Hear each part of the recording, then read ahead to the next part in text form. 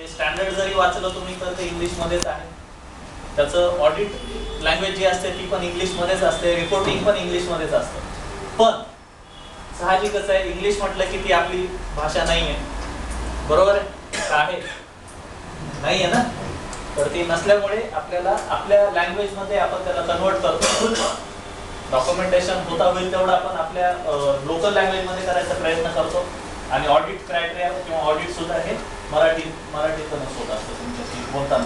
पण आता साहजिकच आहे की काही काही शब्द आपल्या अंगवळणी पडलेले असतात, बरोबर आहे? जसं मोबाईलच म्हणतो ना आपण, किंवा सेलफोन म्हणतो, फोन म्हणतो, सायकल म्हणतो. आता याचे खरंच मराठी शब्द जर म्हटलं तर आपल्याला अवघड जाईल.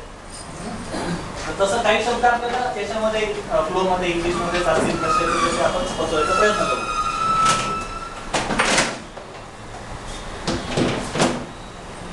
तर ISO जी ऑर्गनायझेशन आहे तिचं हेडक्वार्टर जिनिव्हा इथं आहे, जिनिव्हा स्वित्झर्लंड.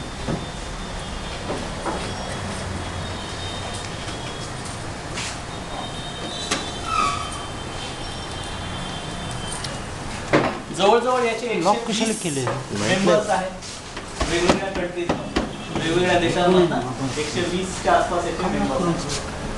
म्हणजे मेंबर्स कसे असतील, त्या त्या क्षेत्रातले तज्ञ लोक, एक्सपर्ट्स.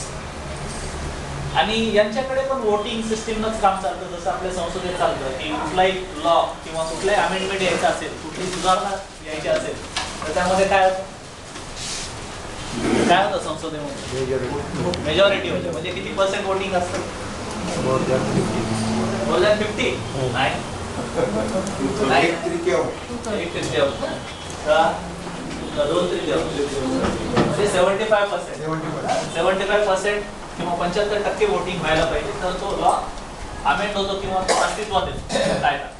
तसंच इथं पण स्ट्रक्चर आहे. याच्यामध्ये सगळे जे काही सदस्य आहेत, म्हणजे कुठलाही याच्यामध्ये अमेंडमेंट व्हायचं असेल किंवा स्टँडर्ड रिवाइज व्हायचं असेल तर त्यामध्ये पण वोटिंग होतं सगळ्या मेंबर्स. आणि जर 75% वोटिंग झालं तरच तो अमेंडमेंट किंवा तो स्टँडर्ड रिवाइज